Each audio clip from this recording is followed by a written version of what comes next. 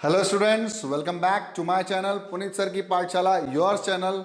और आज मैं आपके लिए लेके आ गया हूं क्लास 10th का lecture number 5 part 5 light reflection और रिफ्रैक्शन। तो आई होप आप लोगों ने सारे लेक्चर्स देख लिए होंगे। पार्ट 4 4 पार्ट बना चुका हूं मैं, तो आप लोगों ने सभी पार्ट देख लिए होंगे। अरे नहीं देखे तो डिस्क्रिप्शन में मिल जाएंगे, तो झांकी देखते हैं। और आज मैं आपके लिए जो पार्ट लेके आया हूं उसमें मैं बताऊंगा कि मिरर में कैसे इमेज फॉर्मेशन होता है। ठीक है, तो इमेज फॉर्मेशन का बहुत बेसिक अगर आपको सीखना हो तो इस वीडियो को पूरा अंत तक देखना। फिर इसके बाद जब आप इमेज फॉर्मेशन करोगे इन कॉनकेव और कॉन्वेक्स जो आपके कोर्स में है, वो आपको बहुत अच्छे से समझ में आएगा। ठीक है, तो देखिए आज जो मैं लेके आया हूं उसमें आप देखोगे कि प्लेन मिरर है। आप लोग अरे यार ऐसा कोई सा दिन नहीं जाता यार जिसमें हम अपने आप को नहीं देखते मिरर के अंदर। कोई दिन नहीं जाता। डिंपल से लेकर पिंपल तक हम अपने आप को देखने के लिए किसका इस्तेमाल करते हैं? मिरर का। तो बहुत इंपॉर्टेंट रोल प्ले करता है हमारी लाइफ के अंदर मिरर, और वो भी प्लेन मिरर। प्लेन मिरर में क्या होता है, बहुत अच्छी खासियत है उसकी, और उसकी प्रॉपर्टीज के बारे में बात करेंगे तो आपको समझ में आ जाएगा कि प्लेन मिरर क्या कहलाता है। फिर आप देखोगे कि यहाँ पर एक ऑब्जेक्ट है। अब यहाँ जो मैंने ये जो मैंने यहाँ पर ये लाइंस बनाई हैं, इसको बोलते हैं पॉलिश कर देना। क्या कर देना? पॉलिश कर देना। तो जब पॉलिश जिस साइड होती है उसके जस्ट अपोजिट साइड से ही देखा जाता है, यानी ये हमारे लिए इस समय क्या होगा? ऑब्जेक्ट। और ये जो होगी उसकी क्या बनेगी? इमेज। यानी आप जब अपने आप को मिरर में देखोगे तो आपको ऐसा लगता है कि आप मिरर के अंदर हैं। मैं आज वैसे बताऊंगा आपको कि कैसे आप अपने आप को अंदर पाते हैं, बाहर क्यों नहीं। कैसे इमेज फॉर्मेशन होता है, कैसे रेज आती हैं, कैसे रे डायग्राम बनता है प्लेन मिरर के अंदर, वो सारे केस आपको देखने हैं। फिर हम पढ़ेंगे लेटरल इन्वर्जन। आप देख ही रहोगे कि एम्बुलेंस देखा होगा आप लोगों ने अपनी लाइफ में कि एम्बुलेंस ऐसा लिखा रहता है और हमें ऐसा दिखना पसंद है। लेकिन जब एम्बुलेंस की गाड़ी के आगे जब ये ऐसा लिखा रहता है तो हम अपने मिरर में कुछ ऐसी इमेज उसकी देखते हैं। यानी बहुत सारा मटेरियल है आज आपके लिए, बने रहो और वीडियो को अंत तक देखो। बहुत बढ़िया। तो चलिए मैं लेक्चर को स्टार्ट करता हूं अपने ही अंदाज में। तो हम अपनी खूबसूरत सी हेडिंग लगाएंगे, image formation by plane mirror. तो इमेज फॉर्मेशन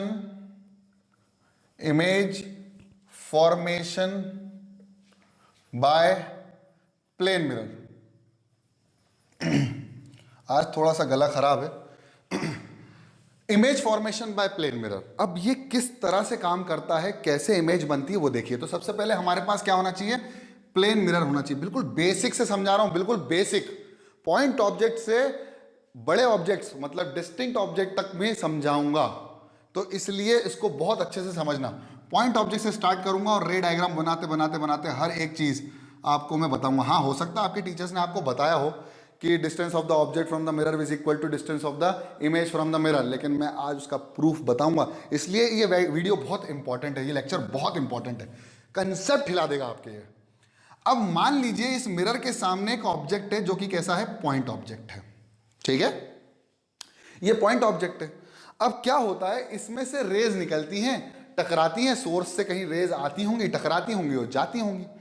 तो मैंने माना कैसे बनाते, देखो बिल्कुल ध्यान से देखना। जब मैंने इसमें से एक रे को निकाला, ठीक है, यहां क्या बनेगा? ऑब्वियसली यहां पर बनेगा नॉर्मल, और ये क्या होगा? Angle of incidence. तो angle of incidence equal to angle of reflection. तो ये रिफ्लेक्शन कुछ इस साइड होगा, तो मैं बना देता हूं कुछ रिफ्लेक्शन ऐसा। ठीक है, और ये रेज गई, ये रेज आई और ये रेज टकरा के चली गई। ठीक है, अब मान लीजिए कि यहां से एक रे और गई। ऐसे तो डिफरेंट टाइप्स ऑफ रेज, बहुत सारी infinite many rays will be passing, but हम दो रेज की बात करेंगे। अभी मैं बताऊंगा दो रेज क्यों। अब एक ये गई तो यहां पर भी क्या बन गया मेरे प्यारे बच्चों? नॉर्मल। ये एंगल ऑफ इंसिडेंस, तो ये हो गया एंगल ऑफ रिफ्लेक्शन।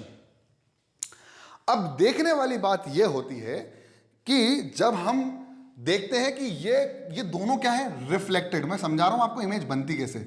ये दोनों रिफ्लेक्टेड रेज हैं, ये भी और ये भी रिफ्लेक्टेड रेज हैं।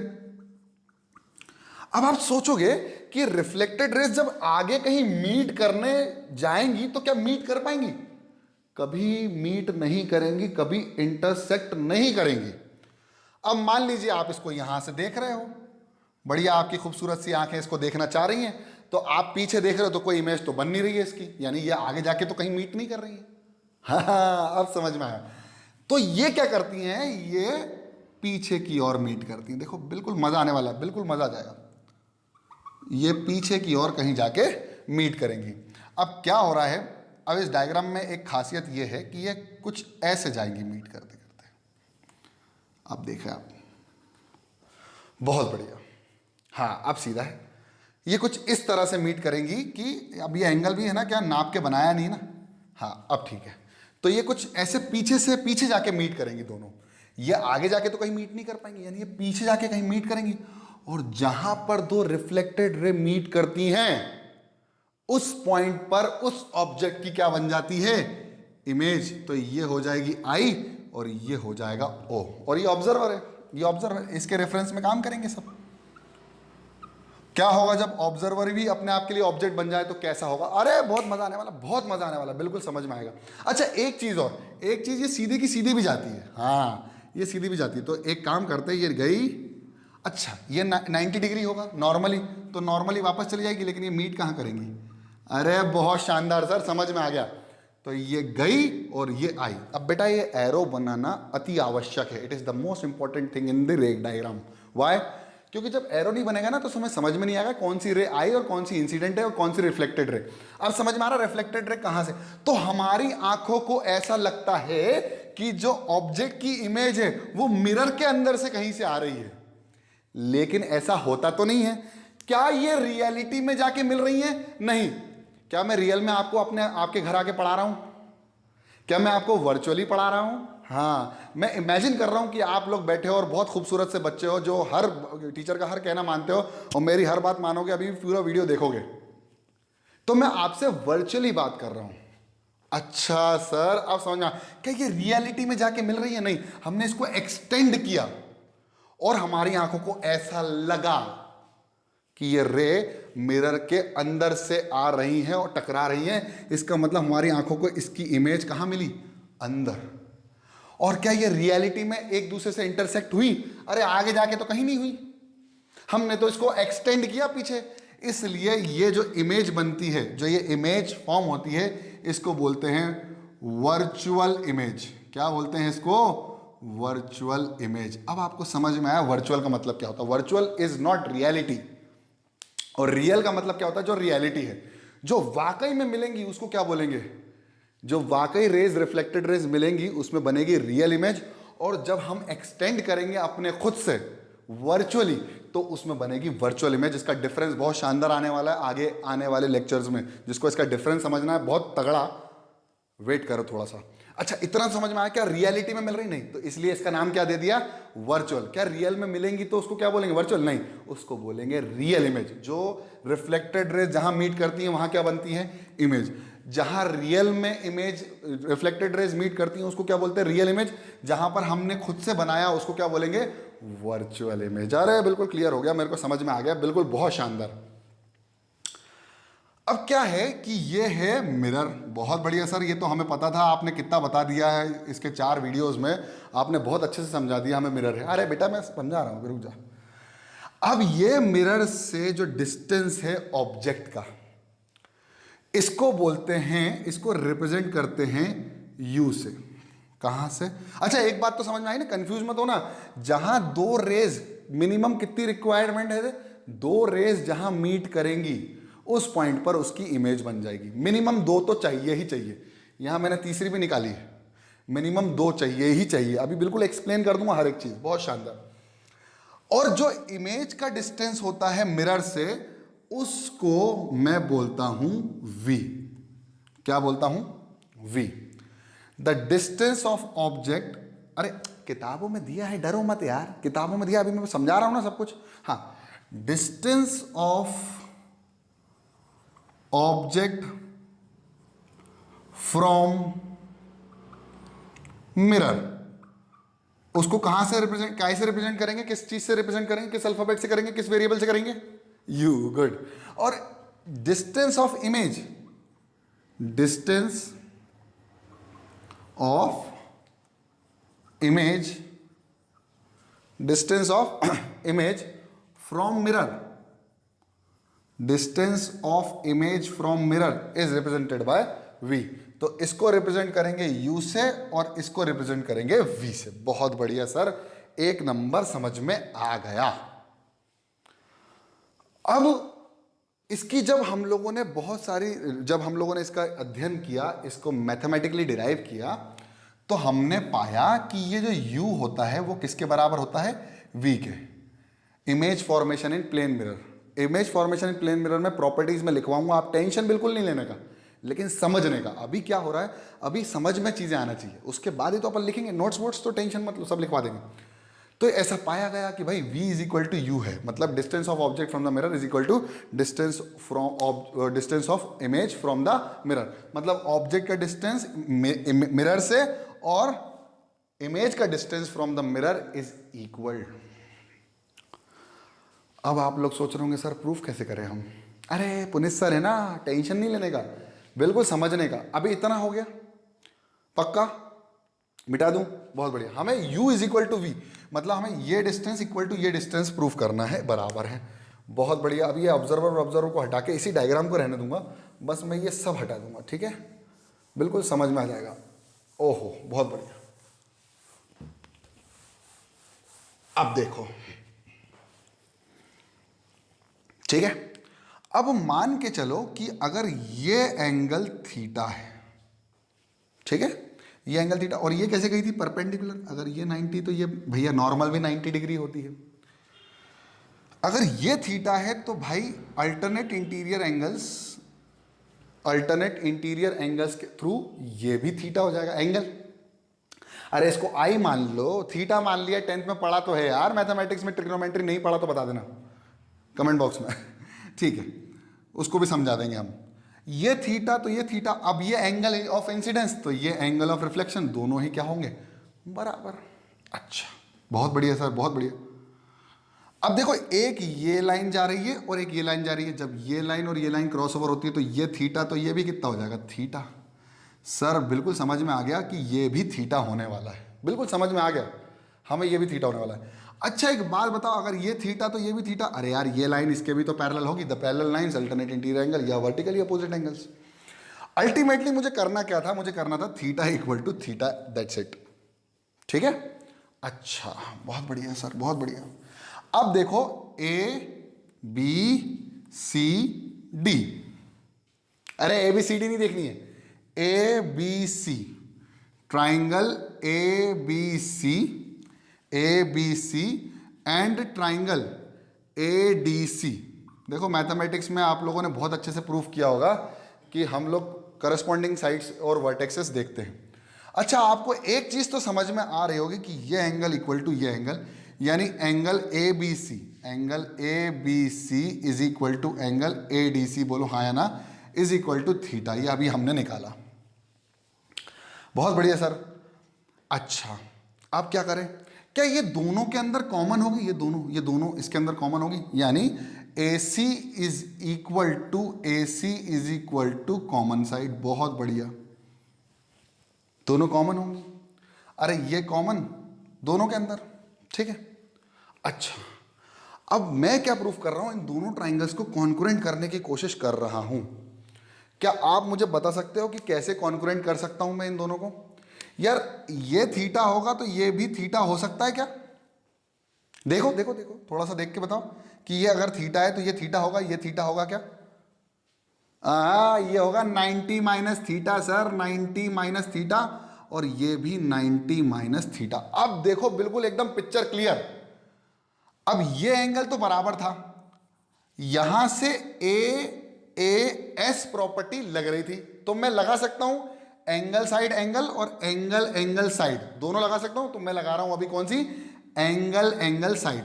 तो अब देखो ये वाला angle, angle A C B is equal to angle A C D is equal to 90 degree by angle angle side by A S congruency by AAS congruency we can say that these two triangles are ABC is congruent to triangle ADC.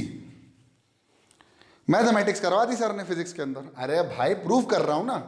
अच्छा तो फिर अगर दो triangles अगर concurrent हो तो उनके CPCT से हम दोनों ट्राइंगल्स के हर एक पार्ट को कॉन्करेंट कर सकते हैं, इक्वल कर सकते हैं। हाँ, CPCT is the corresponding part of congruent triangle. तो by CPCT we can say that, by CPCT we can say that BC equal to DC, BC equal to DC। और BC की वैल्यू कितनी थी U, और ये कितने था V।